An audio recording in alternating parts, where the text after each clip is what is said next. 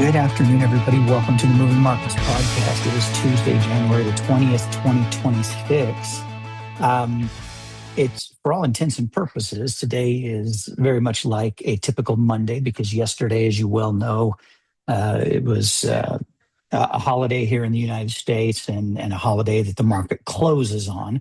Market doesn't close on every single holiday, but there's a handful of major holidays throughout the year where the market definitely does in fact close, and yesterday was one of those days. So a lot happened over the weekend, and let's start by let's quickly kind of review. The markets have just been closed for about a minute and a half, 2 minutes as I'm recording this, and as you can see, big sell-off today in the stock market. Dow Jones down 921 points. I believe that ended very close to its session low. Same thing with the S&P, same thing with the NASDAQ. I think if we click on any one of these for the daily chart, I believe you're going to see, we'll start with the Dow. I believe you're going to see that we ended on a one-day chart very, very close to the session low, if not right at the session low. Yeah, and you can see there on the intraday chart, you can see that maybe an hour ago it hit a little bit lower briefly, but then little tiny bounce and awfully close to the session low. It wasn't nearly as bad a sell-off early in the day, and then I would say about maybe 2.5 hours ago, really took a steep drop and then stayed down low for the rest of the day. So, and the charts for the NASDAQ and the S&P are going to look very similar to this one. And the NASDAQ a little bit different on the chart. The NASDAQ, its drop was kind of a little bit more steady of a drop. When it started to fall a little bit steeper, it was just a little bit more of a steady decline instead of that super fast drop off that the S&P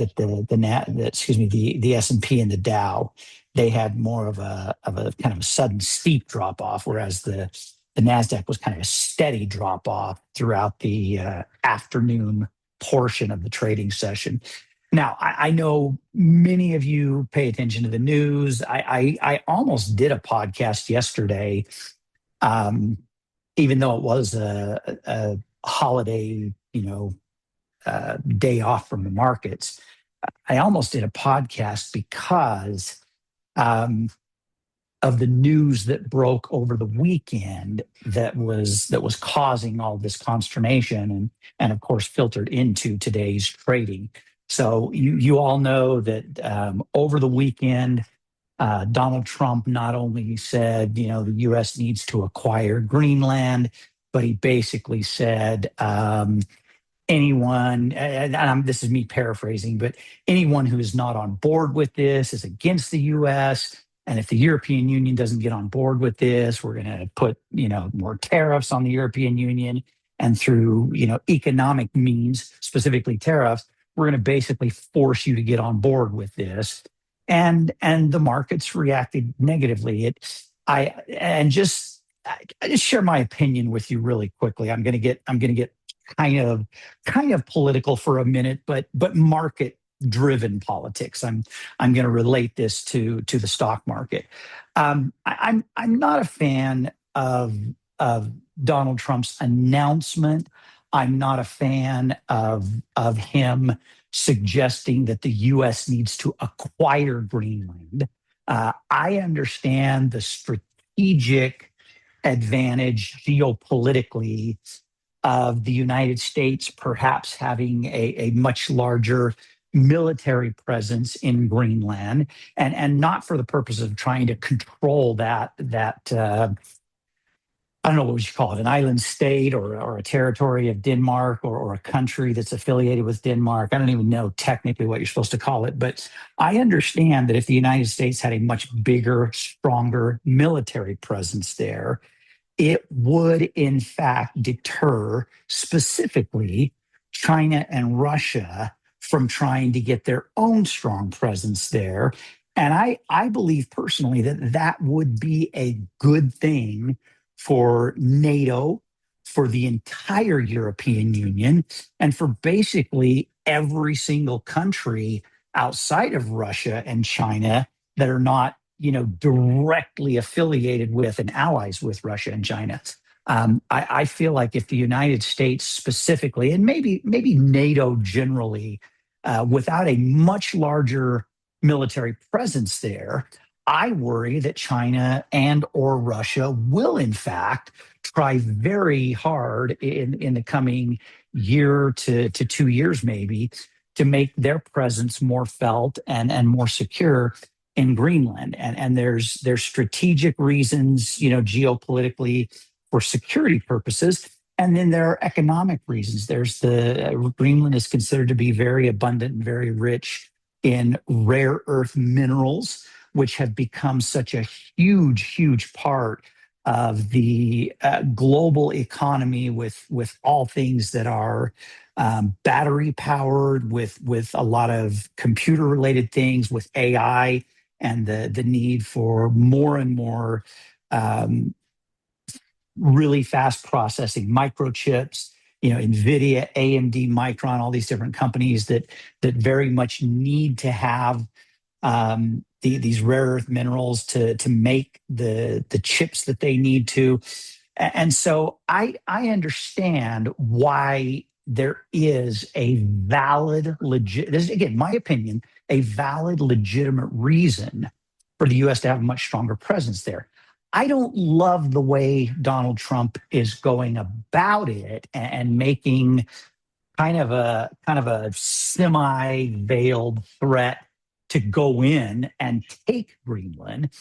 But at the same time, I also look at going back to his first administration and going back to the entire past year. Today marks the exact 1 year anniversary of when he was sworn in for his second term. So we are 1/4 of the way through his second term as president.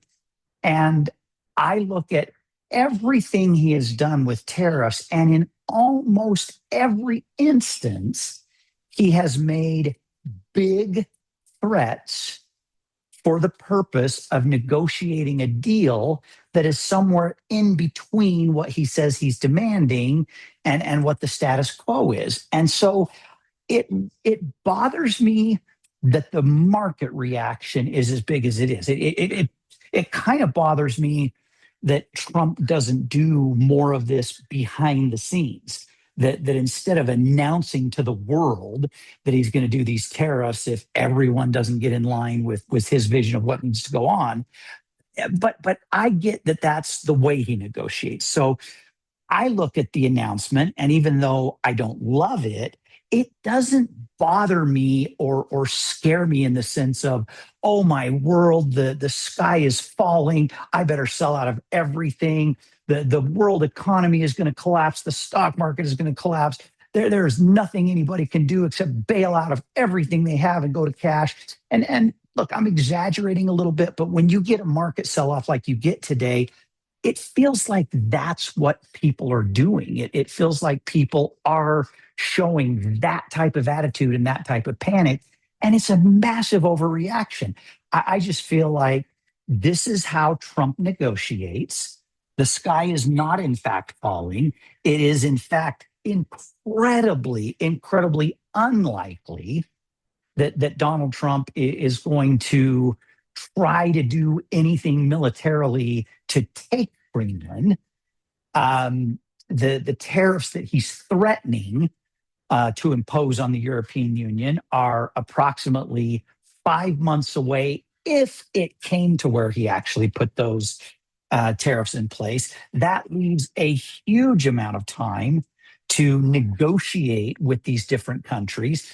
And I personally think, and I heard someone talk about this really early this morning on Fox Business News. I can't remember the gentleman's name, but he came on with Stuart Varney about a half an hour before the market opened, and he said, "Look, it's not we own Greenland or else. It's an opening salvo, so to speak, these economic sanctions, these high tariffs.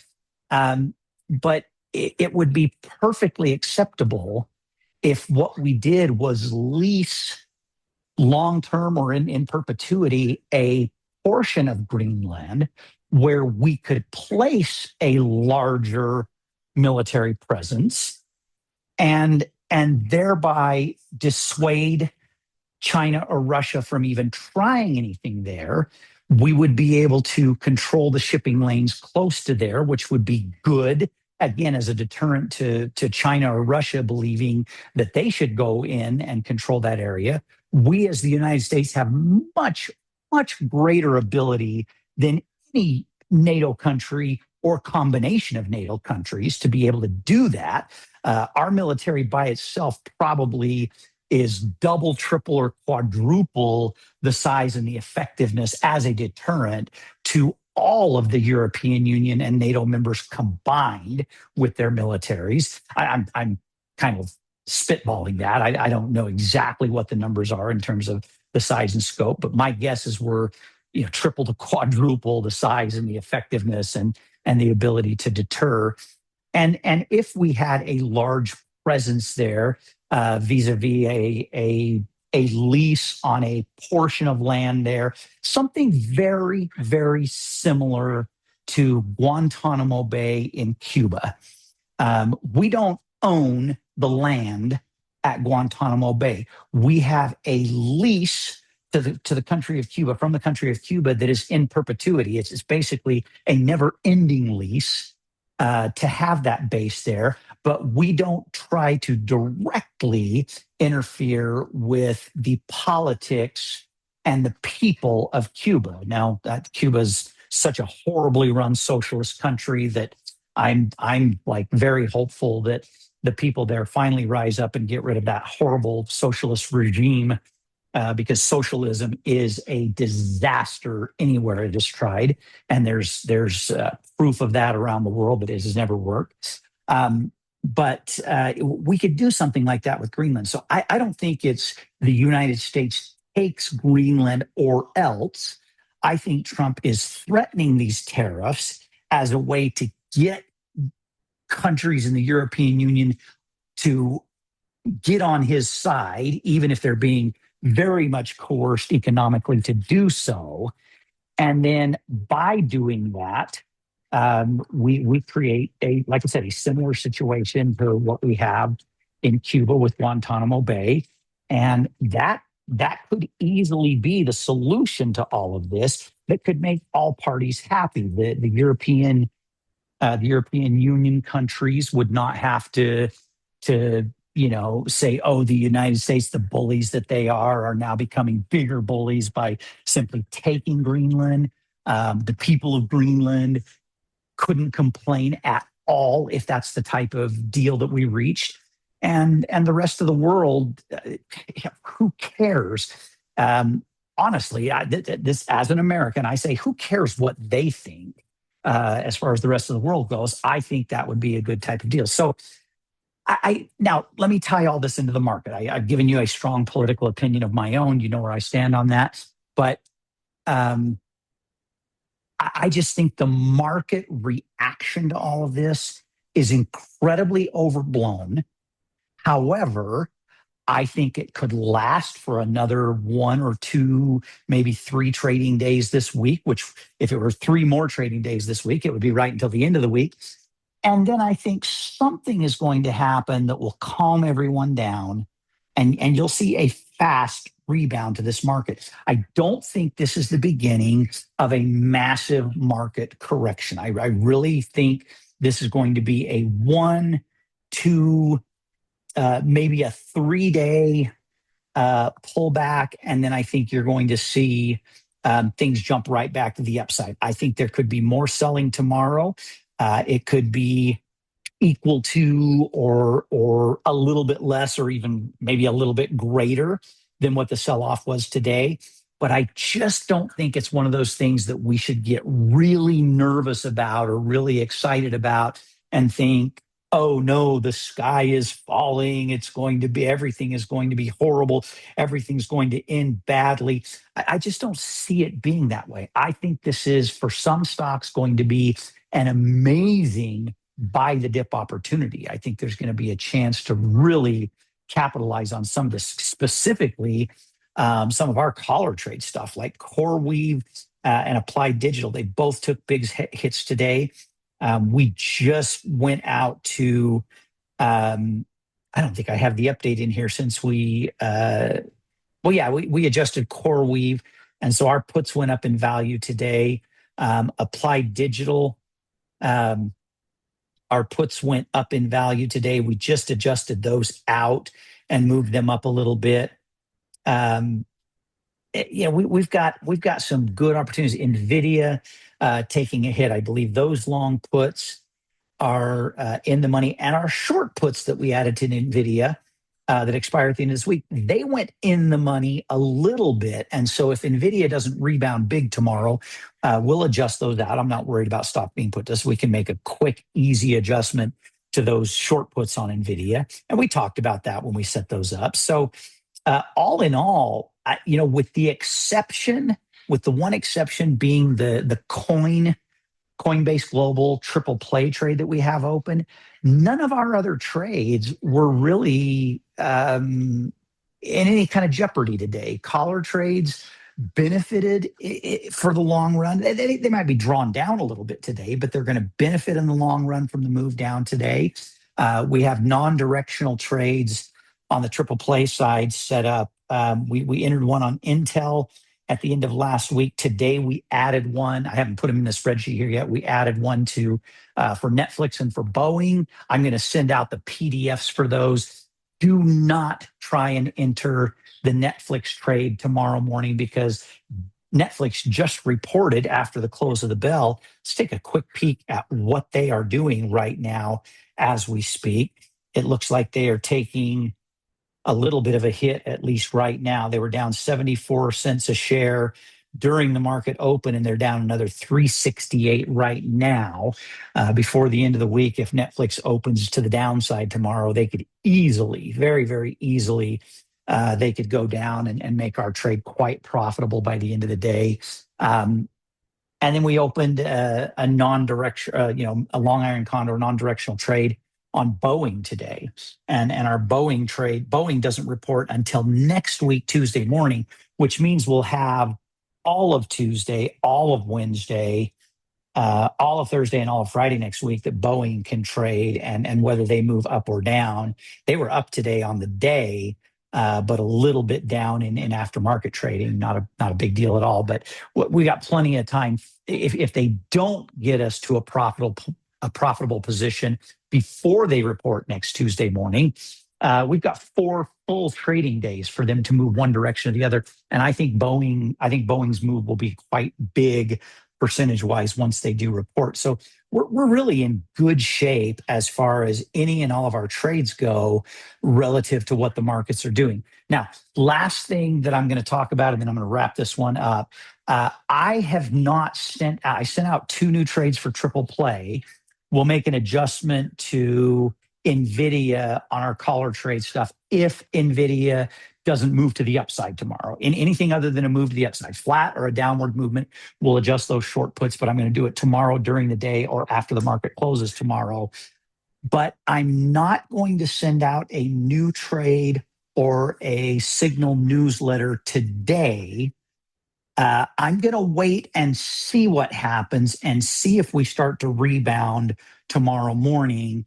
And then I will look at a couple of possible trades. If we're still trading down tomorrow, but it's not as bad, or even if it's, kind of a flat to slightly down day, I'm going to probably believe that there are some good buy the dip opportunities on some stocks that I like and some stocks that I follow. And then I will put together a new spread trade for the main SOS, spread trade program.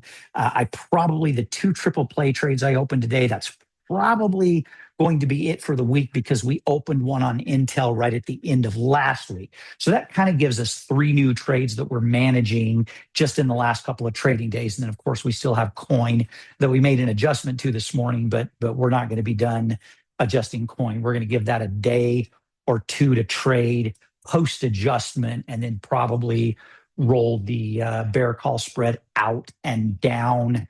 If they're still down a little bit, we'll roll it out 1 week and maybe down a strike price or two. So still some work we'll do on coin so that we don't take a really big ugly loss there.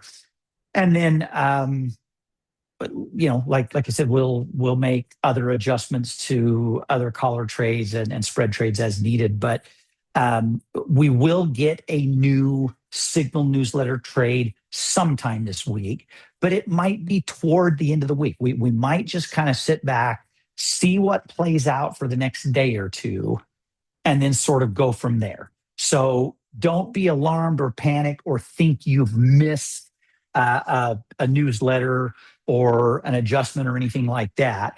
I'm just going to hold off for a little bit. Last thing, I put out on Discord specifically for the triple play members, because this had the greatest effect on them, because we had to make an adjustment to our Coinbase global trade this morning. And the triple play trades, I very often send new trades out on the morning of the first trading day of the week. And so I gave the triple play members a heads up on Discord that early this morning, it was honestly about 5:35 a.m. my time, I got a call from my son, who lives about an hour and 45 minutes, hour and a half to hour and 45 minutes north of me, that he and his wife were on their way to the hospital to deliver their 3rd child. That will be 6 grandchildren for me once that baby is safely here. And because I have the bandwidth and the flexibility, I jumped in my car about 30 minutes after his call and drove an hour and a half north. And I am with my other 2 granddaughters here. And my wife will join me tomorrow morning. She'll drive up separately and come up tomorrow morning. But we're here to watch our 2 other granddaughters until the new baby is safely here and mom and dad are back at home and doing well and don't need our immediate help anymore. So that's also why you may not get a newsletter and a new SOS spread trade in the Signal newsletter for another day or two. I will be paying attention to the markets. I will be active on Discord. I'm not going to leave anything hanging, but I just want you to let you know I might not be quite as fast to respond directly to emails or questions on Discord or things like that. I will respond. I will take care of things. But all of you, I think most of you know, if not all of you, we are a small operation. I have an employee that handles my customer service. I have an employee that does sort of all of my business management thing with subscriptions and advertising and miscellaneous stuff like that. And then I have a contract employee that helps me with website related stuff that is beyond my limited website abilities, but they don't take care of things like the podcast or the newsletter or the trade adjustments or anything like that. So that's 100% me. So bear with me a little bit over the next few days. If I'm a little bit slow to answer something, I promise I'm not ignoring you. I'm not trying to put you off in any way. I just may be playing with my granddaughters and taking care of things here and making sure things are going well with my son and my daughter-in-law. So that's kind of what's going on. And I just wanted to give people a heads up about that. All right, I'm going to wrap up right there. I gave you plenty to think about as far as the market sell-off today. I am not panicked even a tiny bit as it relates to the market sell-off, nor do I think you should be. And I like where we're positioned on things. And I like where we're going in the near and the distant, more midterm future. And I'm excited about these next couple of weeks, even if there is a continued sell-off for a couple of days. I'm not worried about it in the least long term, but short term, we'll do what we can to take advantage of it. All right, I will be online tomorrow morning as the market is open. Hope everybody had a great long holiday weekend, even those of you that don't celebrate the U.S. holiday. It was a day off and a break from the stock market trading. So I hope you enjoyed that. And I'll see you back here tomorrow morning on Discord. And I'll do the regular podcast towards the close of the market tomorrow as well. All right. Thanks, everyone. Bye-bye.